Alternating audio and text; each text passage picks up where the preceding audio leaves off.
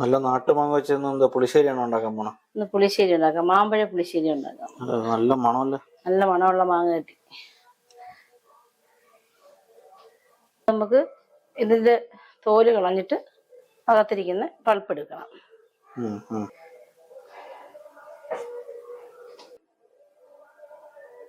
ഇങ്ങനെ ഒരിഞ്ഞെടുത്താൽ മതി. ചെത്തി എടുക്കണ്ട, ഇങ്ങനെ ഇളക്കിയെടുക്കുന്നതാണ് എൻ്റെ.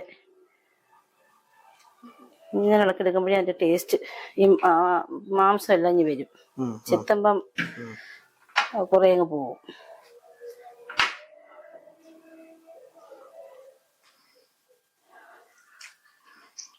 മണം അടിച്ചിട്ട് നല്ല മണം. അത് ഇങ്ങനെ തൊലിയോടുകൂടി വെച്ചല്ല ഇങ്ങനെ കടിച്ചിട്ടിന്റെ പൾപ്പ് എടുത്ത് കഴിക്കും, നല്ല ടേസ്റ്റ് ആണ്. മാങ്ങ അതിന്റെ തൊലി കളഞ്ഞ് വൃത്തിയാക്കി എടുത്തിട്ടുണ്ട്. ഇനി അടുത്തതിന്റെ ഇൻഗ്രീഡിയൻസ് പറഞ്ഞു. അതെ, ഇതിനകത്ത് മഞ്ഞൾപ്പൊടി, മുളക് പൊടി, ജീരകം, ചുവന്നുള്ളി, പച്ചമുളക്, തേങ്ങ, ഇത് കടുക് വറുക്കാനുള്ള ഉള്ളിയും മുളകും കറിവേപ്പിലയും, ഉപ്പ്, കുറച്ച് തൈര് വേണം, ഉലുവ വേണം, കടുക് വേണം, പിന്നെ ഇത്ര ഒരു ചെറിയ പീസ് ശർക്കരയും കൂടെ ചേർക്കുന്നതിനകത്ത്. ഇത് ആദ്യം ഇതിനകത്ത് മഞ്ഞൾപ്പൊടിയും മുളക് പൊടിയും ഉപ്പും എല്ലാം കൂടെ ചേർത്തിട്ട് ഒന്ന് വേവിക്കാൻ വെക്കണം. ഇതിന് കുറച്ച് മഞ്ഞൾപ്പൊടി,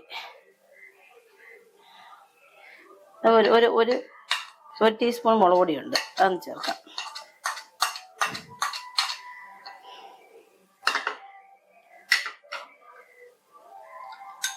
കുറച്ച് ഉപ്പ്,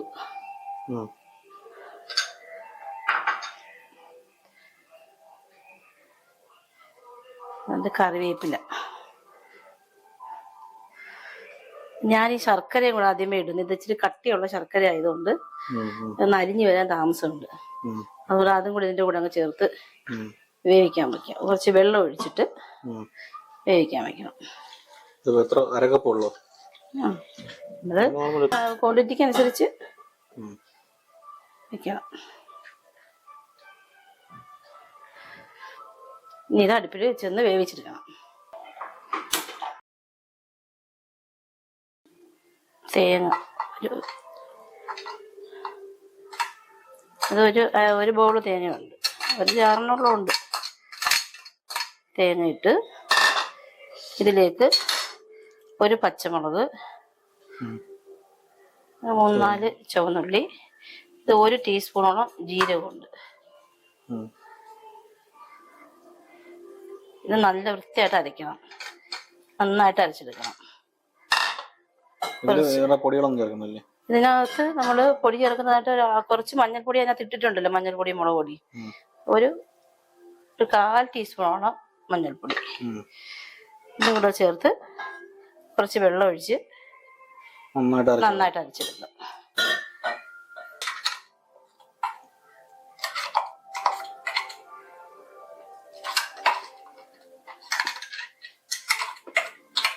അരച്ചെടുക്കണം.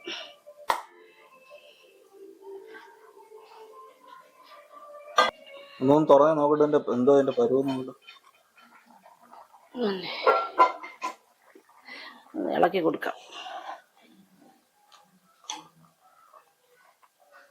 മാങ്ങ വെന്ത്, പഴുത്ത മാങ്ങയില്ലേ, പെട്ടെന്ന് വേവും.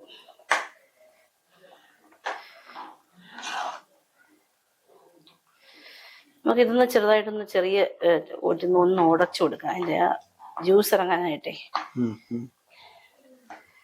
അപ്പൊ കറിക്ക് കുറച്ചുകൂടെ നല്ല ടേസ്റ്റ് കിട്ടും.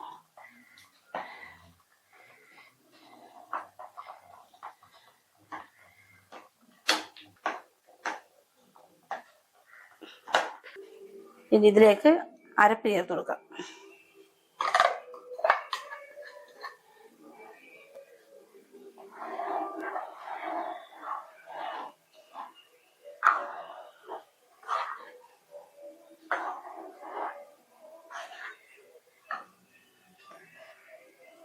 നമുക്ക് കുറച്ച് വെള്ളം കൂടെ ചേർത്ത് കൊടുക്കാം.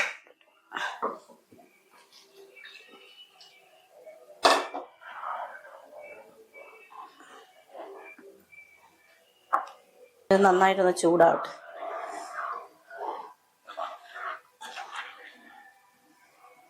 ഉപ്പും മധുരവും പുളിയും എല്ലാം കൂടെ ചേരുന്ന ഒരു കറിയായത്.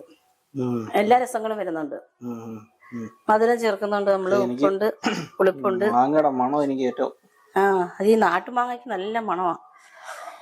നാട്ടുമാങ്ങയാണ് ഈ മാമ്പഴ പുളിശ്ശേരി വയ്ക്കാൻ ഏറ്റവും നല്ലത്.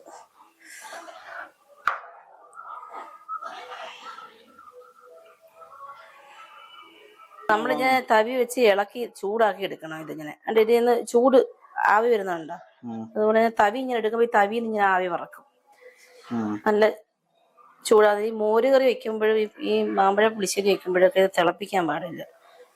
തിളപ്പിച്ചാൽ അതിന്റെ ആ ഒരു ടേസ്റ്റിന് വ്യത്യാസം വരും.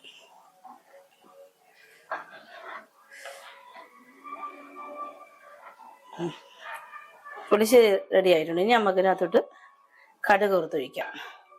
ഇങ്ങനെ കോരി എടുത്തിട്ട് ഇങ്ങനെ നോക്കുമ്പോ തവീന്ന് ആവി പറക്കുന്നതാണ് ഇതിന്റെ ആ ഒരു പരുവം.